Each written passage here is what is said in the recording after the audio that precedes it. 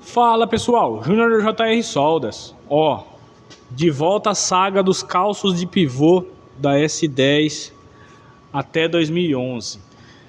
Não deu certo o primeiro calço porque não deu cambagem, a regulagem chegou no máximo e não deu cambagem. Então mudamos o protótipo aqui, esse ainda é um protótipo, ó. Aqui, o outro lado lá já está montado, deu certo e vai dar regulagem, vai dar ajuste de cambagem. Lembrando que para erguer mais à frente, trocando a vírgula, a gente já trocou a vírgula dos outros vídeos. Eu vou deixar esse link no comentário fixado ainda. Ele não está porque eu não fiz um anúncio. Foi tirado o batente da bandeja superior, certo? E cortado a ponta do batente aqui. Isso faz com que a bandeja desça mais. Por quê? Trocamos a vírgula, vou mostrar aqui, ó. Colocamos a vírgula com o ângulo do padrão americano, dos dois lados. Porém, quem limita aí é a bandeja superior. Então, a bandeja superior tem... Deixa eu achar o batente aqui. Ó a bagunça aqui. O batente aqui, ó. Esse é o batente da bandeja superior que foi tirado.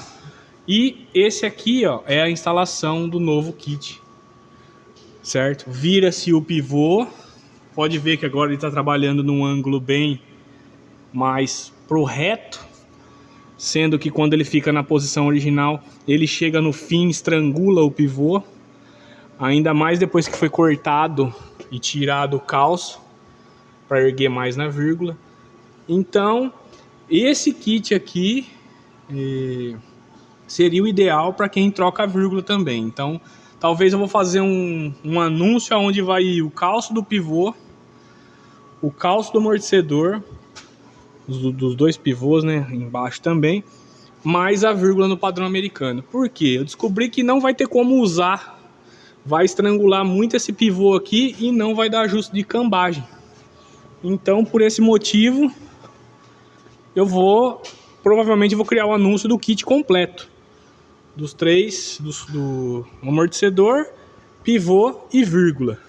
E lembrando que para erguer mais não é obrigatório, certo? Isso aqui vai limitar a altura que você vai colocar. Não necessariamente vai precisar cortar. Se você não quiser cortar, não tem problema. Porém, ela vai ficar bem mais baixa do que essa aqui.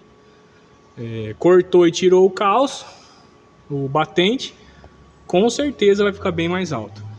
Então eu vou ainda postar o vídeo depois de feita a cambagem e ter dado tudo certo nisso aqui. E também vou deixar os links em todos os vídeos dessa saga. Feito? Até mais!